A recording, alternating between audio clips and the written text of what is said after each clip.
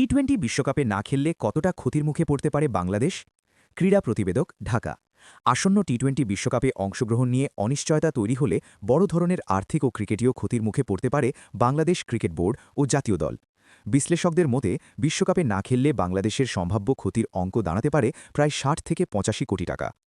আর্থিক ক্ষতি: বিশ্বকাপে অংশগ্রহণের মাধ্যমে আইসিসি থেকে যে রেভিনিউ শেয়ার ও অংশগ্রহণ ফি পাওয়া যায় তা থেকেই বাংলাদেশ হারাতে পারে প্রায় ৩০ থেকে ৪০ কোটি টাকা।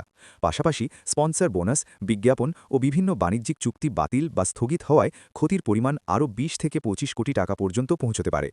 এছাড়া বিশ্বকাপে না খেললে জাতীয় দলের ব্র্যান্ড ভ্যালু কমে যাওয়া এবং ভবিষ্যৎ স্পন্সর আয়ে নেতিবাচক প্রভাব পড়ার আশঙ্কা রয়েছে, যার আর্থিক মূল্য ১০ থেকে ২০ কোটি টাকারও বেশি হতে পারে। ক্রিকেটীয় ক্ষতি: বিশ্বকাপ থেকে সরে দাঁড়ানো শুধু অর্থনৈতিক নয়, ক্রিকেটীয় দিক থেকেও বড় ধাক্কা হিসেবে দেখা হচ্ছে। এতে আইসিসি র্যাঙ্কিংয়ে বাংলাদেশ পিছিয়ে পড়তে পারে, পরবর্তী বিশ্বকাপে সরাসরি খেলার সুযোগ ঝুঁকিতে পড়বে, জাতীয় দলকে ৩ থেকে ৫ বছর পিছিয়ে দিতে পারে এমন সিদ্ধান্ত।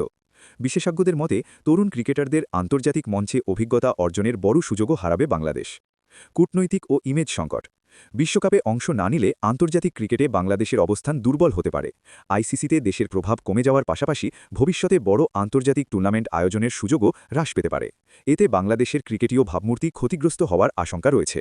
সারসংক্ষেপ: সব মিলিয়ে টি-20 বিশ্বকাপে অংশ না নিলে বাংলাদেশের আর্থিক ক্ষতি প্রায় ৭০ কোটি টাকার কাছাকাছি। সঙ্গে দীর্ঘমেয়াদী ক্রিকেটীয় উন্নয়ন ও আন্তর্জাতিক সম্পর্কেও পড়বে বড় ধরনের নেতিবাচক প্রভাব।